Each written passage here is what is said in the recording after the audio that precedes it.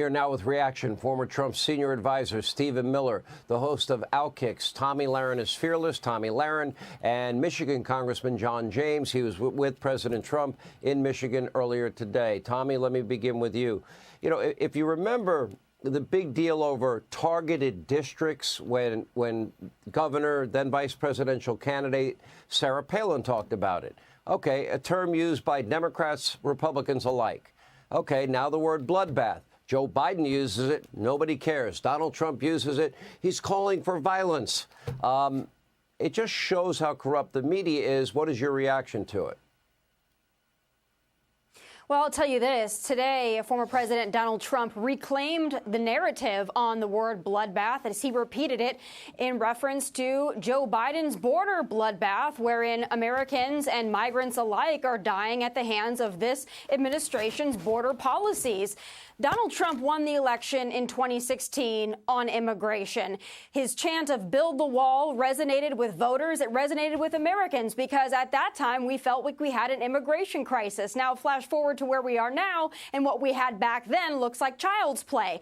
Donald Trump can win the election in November if he hits on crime and illegal immigration. If he stays focused on those two issues, including the economy, he can win this election. And he's going to reclaim these words. He's not going to run from them. He's going to set the record straight because that's what this president, our former president, did. And that's what he's going to do again. And that will lead him to victory if he stays on that message. Congressman, you look at the human trafficking, the sex trafficking, the drug trafficking, the people coming from our top geopolitical foes. And my understanding is your state of Michigan is urging residents to, adopt unvetted Joe Biden illegal immigrants and bring them into their home and you'll get a paycheck? Yeah, Tomi, you absolutely nailed it. The things that we need to absolutely focus on are the things the president's focused on. Increase illegal immigration, increase crime. Right now, Venezuela's crime has gone down 60%. You know where it's going up? In American cities. When you see all across the country that we don't just have a border crisis, every state is a border state. Every town is a border town. And in every day is October 6th, like it was in Israel, or September 10th, like it was in the United States of America. When you take a look at what Sean just said, when he mentioned that the risk of an imminent attack is there, it absolutely is. When you see what happened in Russia, when you see what's happening with Chinese illegals coming across, when you see what's happening in our communities, you look at this open season on America. We just found 41 kilos of fentanyl in southeast Michigan today. That's enough to kill 10.3 million people in the entire state of Michigan. And we're losing beautiful souls like Ruby Garcia, Jonathan Diller, and we need to do everything that we can to make sure that we bring peace, make sure that we secure our borders. And Joe Biden is absolutely not doing it. I believe he's compromised, and we need to have a new president November 5th. Okay, let me go to James Carville, Steve Miller, if I can, because I want to, his quote. Usually when James Carville speaks, I think we should listen to him. And you have people like James Carville and Maureen Dowd and Van Jones and David Axelrod. They've all in their own way been very critical of Biden. And Carville talking about the Democratic Party seeing horrifying numbers show a loss of young minority voters. We have seen this in poll after poll. The traditional base of the Democratic Party is eroding by 20 percentage points. African Americans, Hispanic Americans, young Americans are leaving the Democratic Party. Can you pinpoint the reason why, or is it a combination? Is it law and order and safety and security and the border and the economy or national security, all the above? What do you see? I think it's the fact that young people in this country under Biden do not see themselves as having the same future as their parents or anywhere close to it, including, of course, minority voters, young black, young Hispanic, young Asian voters. People cannot afford to buy their first home. People cannot afford to pay their rent.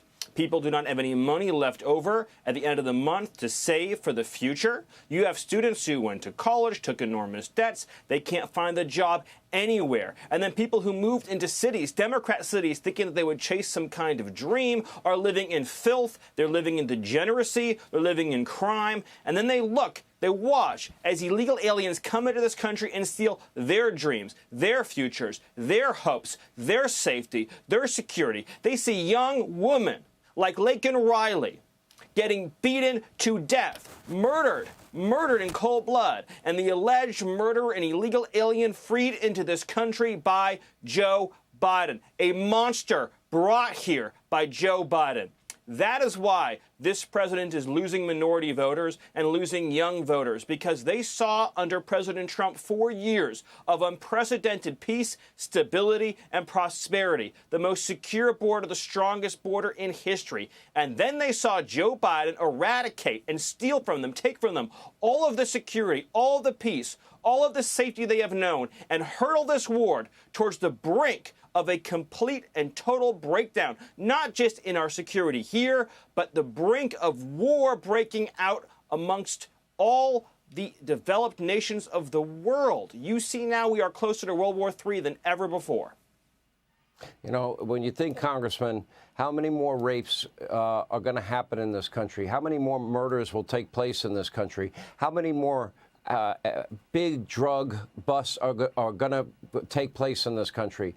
How about the human trafficking, sex trafficking of young girls? How much longer are people going to put up with this? And that raises the question, the state of Michigan will be pivotal in 216 days.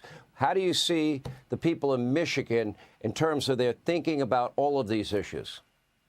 When Donald Trump was president of the United States, we exported energy. We exported our culture. Under Joe Biden, we're exporting our hope. We're exporting our jobs. In the state of Michigan, we recognize that we are a border state, too, our northern border. And of the 500 apprehensions on the FBI watch list, 86% are in northern border states, states like New York, states like Michigan. We recognize that President Biden is a threat to not just our security, but our economy, our ability to take care of our families and our futures. And people in Michigan are waking up. You see all the polls in Michigan because people understand what is at stake. This is about not just this election. And the Democrats like to talk about the future of our democracy. Yeah, these are the same people who are trying to take a president off the ballot, who are trying to lock him up, who are trying to seize his assets, and trying to meddle in GOP primaries. These are the same people who want you to believe, who are trying to gaslight you into believing that they are the protectors of democracy. Well, they only care about power, and Michigan is awake to it. And we are not going to fall for the same dirty tricks that we did in the past. Hope you're right, Congressman. Thank you. Thank you, Tomi Lahren. Thank you, Stephen Miller. We appreciate you all being with us. Hey, Sean Hannity here. Hey, click here to subscribe to Fox News YouTube page and catch our hottest interviews and most compelling analysis. You will not get it anywhere else.